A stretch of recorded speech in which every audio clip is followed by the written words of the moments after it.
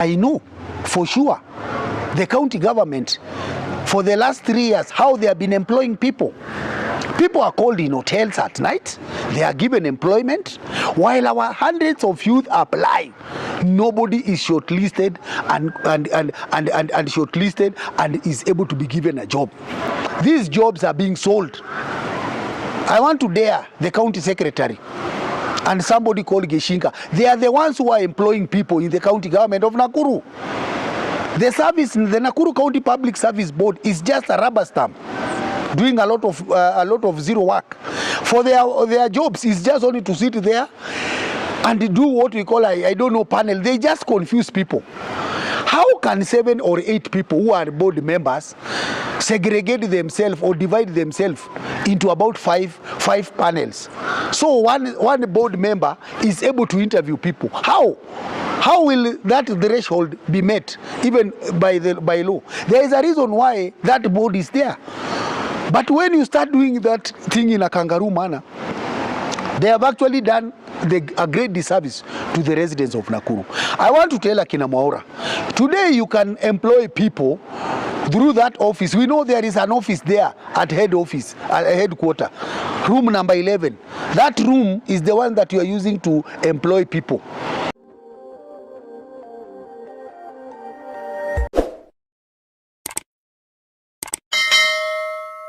My name is Benson Macharia. I'm the chairman, Friends of Devolution. Friends of Devolution is an organization that we have been dealing with issues to look at the milestones within the county of Nakuru, what has been done, what has actually been achieved within the time that actually the governor has come into being, and also looking at the challenges that we have also gone through as a county in terms of implementation and service delivery. And also above all, we look at the way forward. What is the way forward? After we have identified all those challenges, we have looked at them critically. What exactly are we supposed to say or do, and especially when the county is concerned? That's why today I've come after the state of the address by the county governor, Susan Kihika, when she went before the county assembly and tried to give a scorecard of what her government has been able to do for the last 1 year. And I think for me, when I look at it critically, there are things that I need to pinpoint. First of all, let me say that as a county government, when we were constituting in 2022, before that, we had what we call the Nakuru County Business Agenda. This Nakuru County Business Agenda was primarily able to identify the key issues across all the sectors that we needed to address so that we could change the lives of the people of Nakuru. We did start the same. We did come up with a manifesto, and even we presented the same during the economic forum that we did at one of the clubs around here in Nakuru. I want to say I'm very much disappointed because when we started that one, we had identified the key infrastructural requirements that we need, the reforms that we needed to do in all our departments, so that we could enhance what we call service delivery and achieve maximum development as far as Nakuru County is concerned. I think for us, when we look at that document, we can say that we have been shortchanged by this county government of Susan Kihika. First of all, when you look at the business environment within Nakuru County, is unfavorable for many of the businesses here in Nakuru. When you look at the shops around, people are just sitting in shops. They are not selling anything. They are not doing anything. They are just seated there because at the end of the day, there is no business that has been created within the county of Nakuru. When you look at in terms of licenses, many businesses have gone out because this county government has been clandestinely changing what we call the licenses regimes, taking licenses, increasing them arbitrarily, even without consultation with the stakeholders.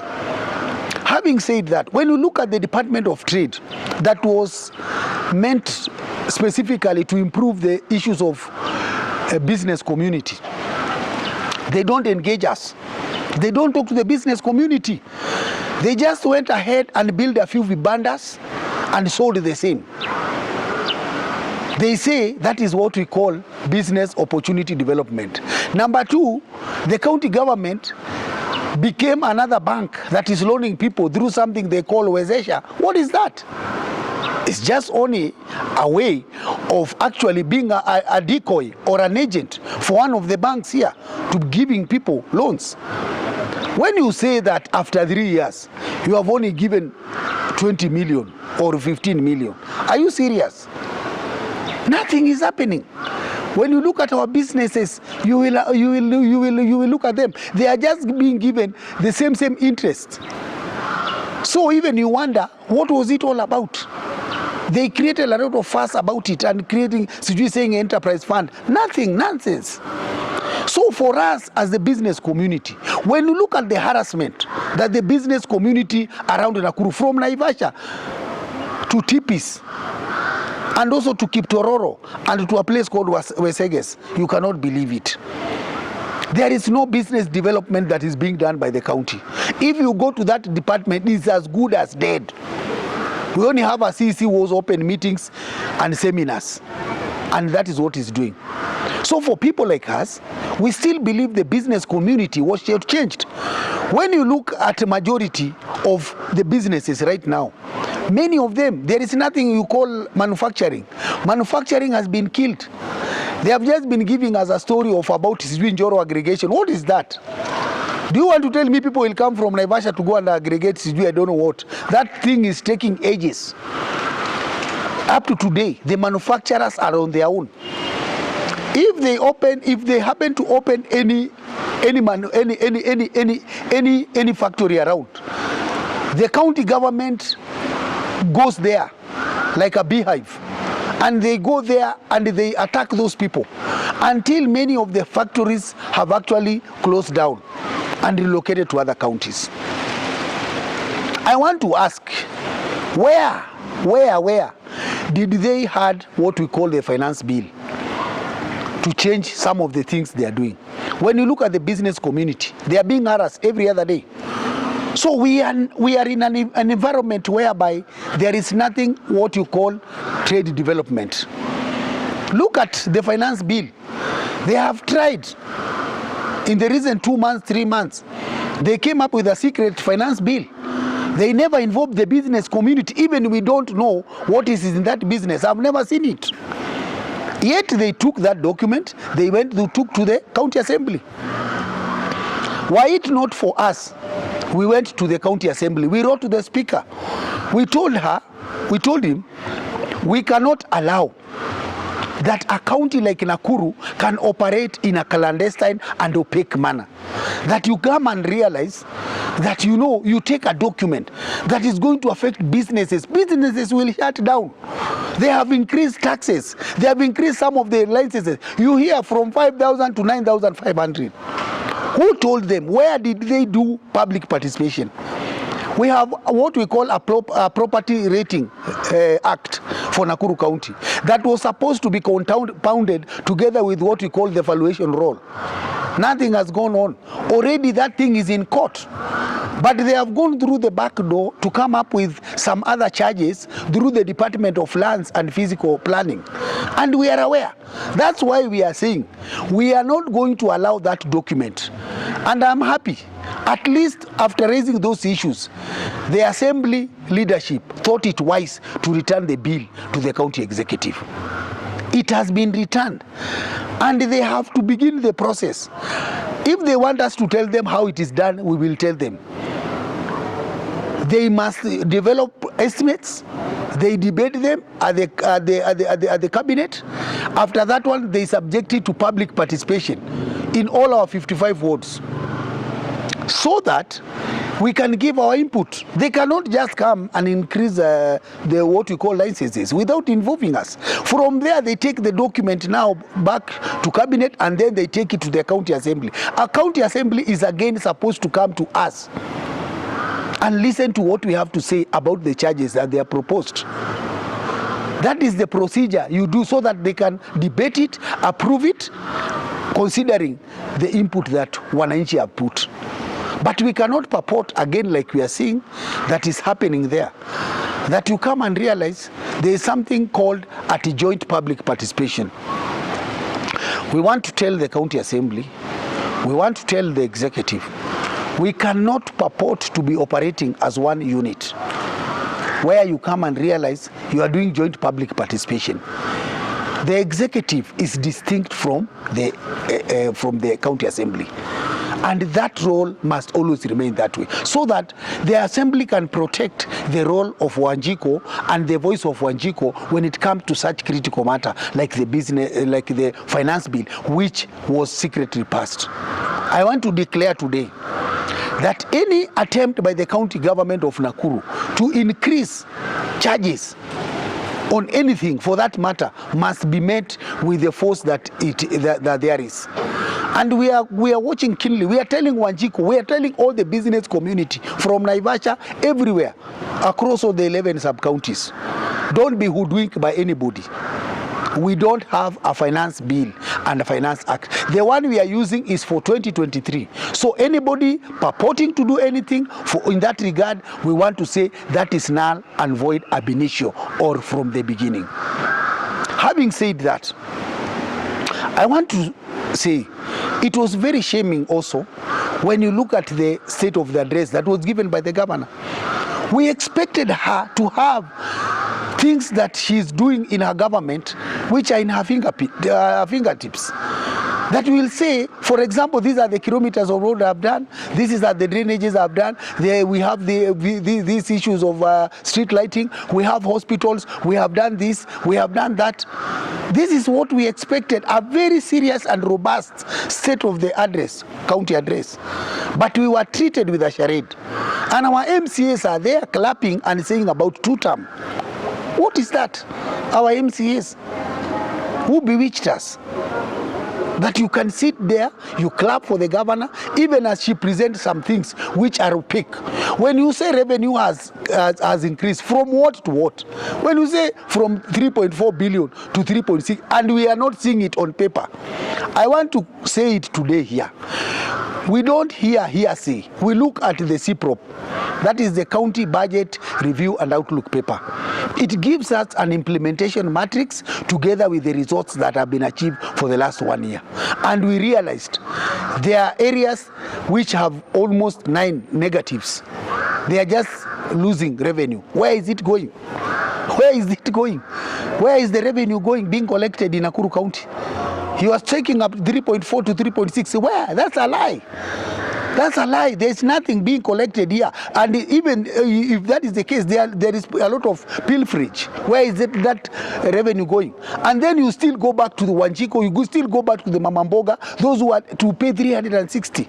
This county government, we have not seen even an attempt even to waive anything. They have never waived anything. For that matter, even during COVID, that government that was there, they were waiving. And they still made resources. They still made revenue. What about this Susan Kihika administration? We want to say, even as we look at what has transpired for the last 1 week, that one they have advertised for positions, employment. They have advertised for opportunities, I think in the medical, clerical jobs, and so on. In fact, I'm ashamed to look at that advertisement. Why? Because I know for sure the county government for the last 3 years how they have been employing people. People are called in hotels at night.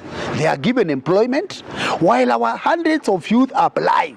Nobody is shortlisted and shortlisted and is able to be given a job. These jobs are being sold. I want to dare the county secretary and somebody called Kihika. They are the ones who are employing people in the county government of Nakuru. The service, the Nakuru County Public Service Board is just a rubber stamp, doing a lot of zero work. For their jobs is just only to sit there and do what we call I don't know panel. They just confuse people. How can 7 or 8 people who are board members segregate themselves or divide themselves into about five panels? So one board member is able to interview people. How How will that threshold be met even by law? There is a reason why that board is there. But when you start doing that thing in a kangaroo manner, they have actually done a great disservice to the residents of Nakuru. I want to tell Akina Mwaura, today you can employ people through that office. We know there is an office there at headquarters, room number 11. That room is the one that you are using to employ people. And we know you even have a secretary. We have a name. That you people have made it very difficult for the normal people to apply and get a job. This is a cartel government for employment. Why advertise, by the way? Why are they wasting also our money to advertise in the newspaper and say that they are calling for application? Above all, even that board, it is illegal. That board is being held by one Joyce Ndegwa, who is there illegally. She extended her term with 2 years. And the constitution is very clear that board members are supposed to do 6 years non-renewable. Where Mwaura and Governor Susan Kihika found it wise to increase her tenure with another 3 years, we don't know. But they are very well aware she is doing their dirty jobs as far as employment is concerned. We want to tell EACC of Nakuru, can you rise up and go to that board? Can you vamia that board and go there and arrest those people? Let them even give feedback what they have been doing. Wale watu ambao wamepewa mabarua, and you will see. They will just do like the way they did in the health sector. MCAs gave out names through SMSs and people are employed through SMSs. That was done. Doctors, I have people who ran away. They are given injection to go and inject people, needles. They cannot. They are not nurses. And they were still employed as nurses. Really? As a county, we need to do better than that. I want also to say that we cannot be in an opaque county government whereby you find key statutory documents like the annual development plan, county budget and outlook paper, the approved estimates for the county government. All those things are being hidden. Nothing on the website is dead. The last time they uploaded everything is about 4 years ago. What kind of county government is this? That is why, what are they hiding? When I'm in America, when I'm in Europe, I'm in Dubai, I need to know what my county is doing. Even those who stay in diaspora counties, they need to understand what is happening.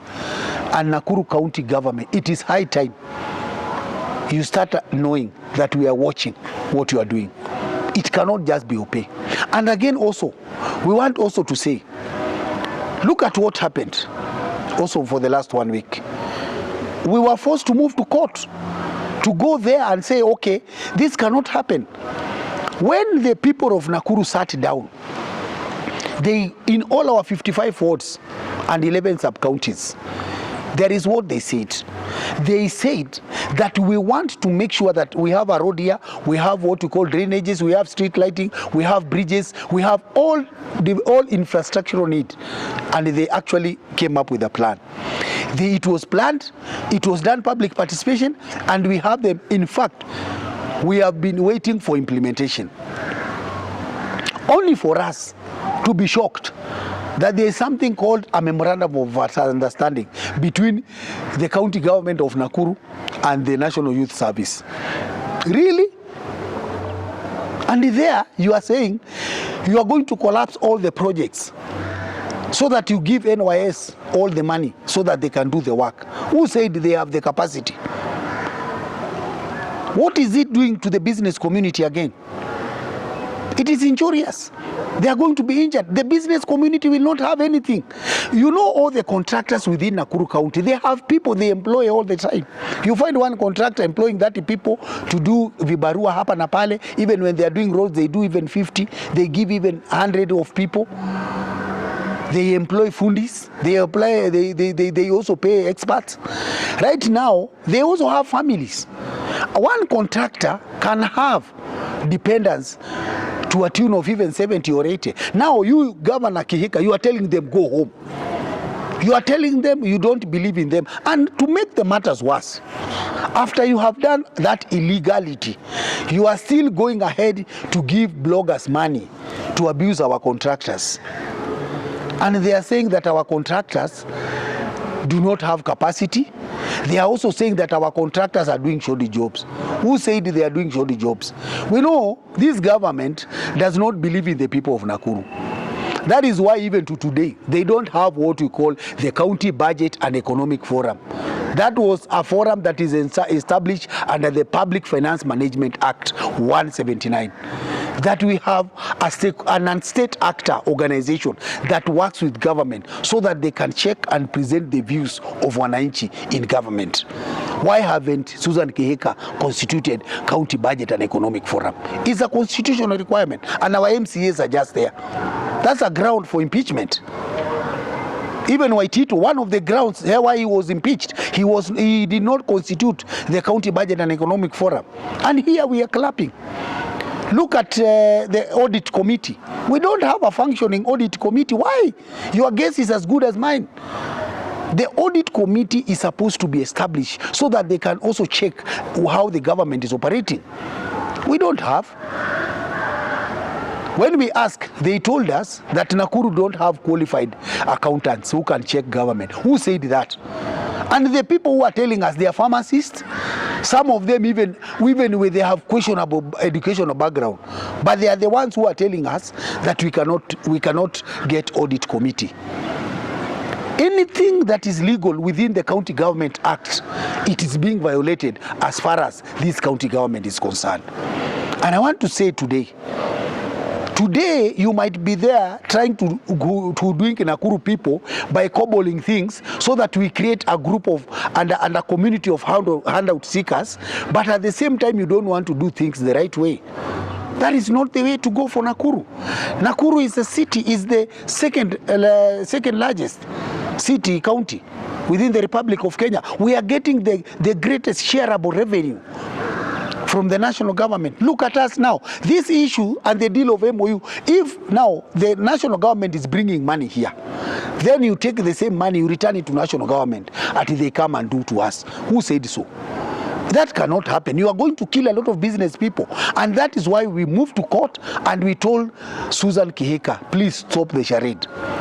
We need to respect one another. I also want to say here categorically that Nakuru County has received 69.8 billion so far since Susan Kihika came to be the governor. I want wananchi to tell me in all the sub-counties, at least let them show me projects worth 4 billion. Is there something like that? Nothing. Nothing. We are joking as a county. We have received those billions and we have nothing to show. The only thing we see is the offices at Milimani. Those are White House.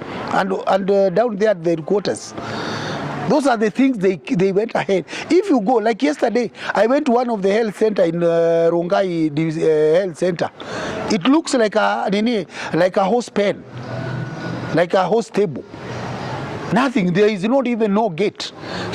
The place is bushy. Even I think there are snakes there. And we are telling ourselves we are a county government. Really? We are not serious. Let us be serious about the people of Nakuru for once. And I want to say this, even for those who are eyeing for governor, they must have a different script so that we don't remove this county government, then we put another one, we cry another 5 years. I want to tell our elected leaders, I know you have abandoned us. We have accepted and moved on. All the 11 MPs, almost 10, they have abandoned us. They don't talk about Nakuru issues. Our senator talk about the women rep.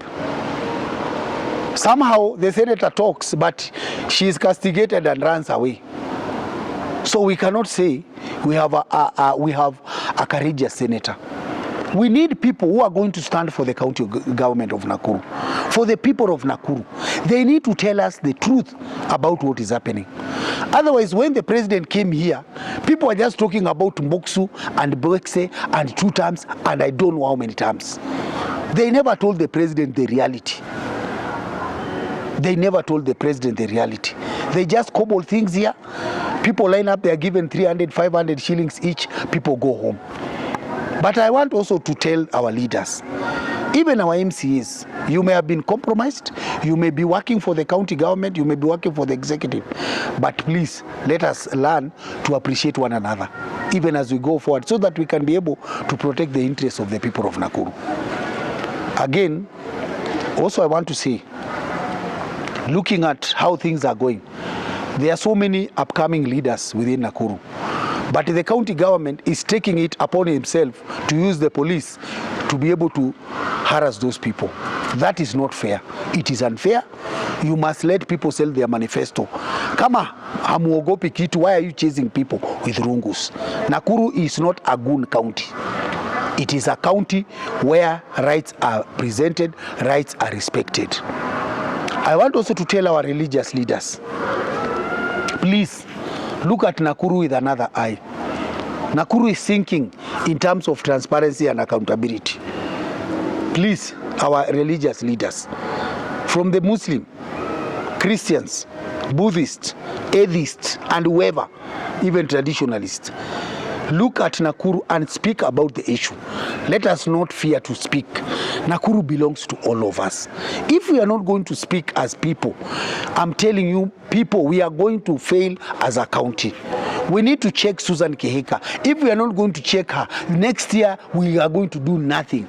Again, another year gone, 1 year, 3 years, 4 years, nothing will have gone. So we want to tell Governor Susan Kihika, we want to tell all the cartels who are operating even at the finance department, we are going to come for you. We know what you are doing.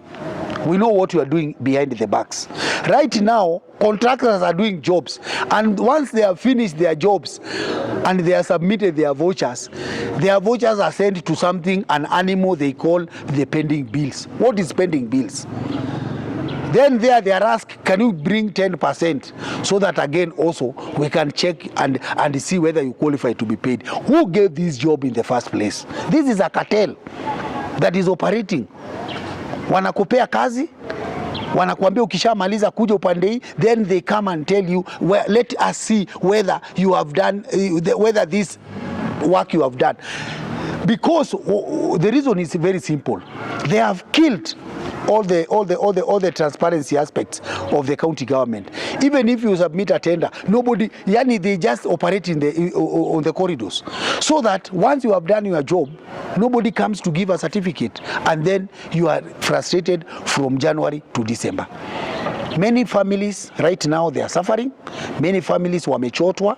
They are being auctioned for lack of finances. They are being auctioned for what the county government has done to them.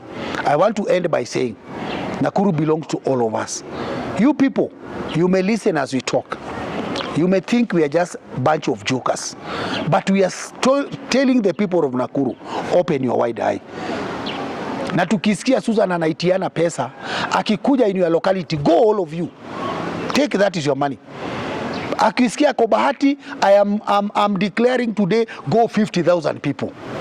Because there is money. Akikuja huko upande ya Nakuru East, enda huko, chukua, muende 60,000. There is money. Because it cannot be selective that people are being given money while the rest of the people are suffering. All of us, we belong together. We are equally important in the county government of Nakuru. God bless Nakuru. And please, our people, rise up to the occasion. Let's have another third eye for the county government, for this county of Nakuru. Let us check. Even our MCA, even as you betray us, even as you keep quiet. Like right now, this issue of NYS, you have just kept quiet. You have refused even to give a statement. You have just gone underground. We know what you are doing. We have information. Some of you are bribed. That is not the way to go. But we are still saying, you will still have a date with the people of Nakuru. Thank you, and God bless Nakuru.